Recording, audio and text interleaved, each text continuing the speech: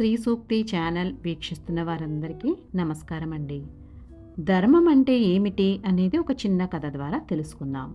ఇద్దరు స్నేహితులు దారిలో వెళుతుంటే ఒక బిచ్చగాడు వచ్చి, నేను 2 రోజుల నుండి అన్నం తినలేదు, ఏమైనా దానం చేయండి అని ప్రాధేయపడ్డాడు. ఇద్దరిలో ఒకరికి ఓ 10 రూపాయలు దానం ఇవ్వాలని అనిపించింది. చూస్తే జేబులో డబ్బులు లేవు. అతను పక్కన ఉన్న స్నేహితుని వద్ద 10 రూపాయలు తీసుకుని దానం చేశాడు.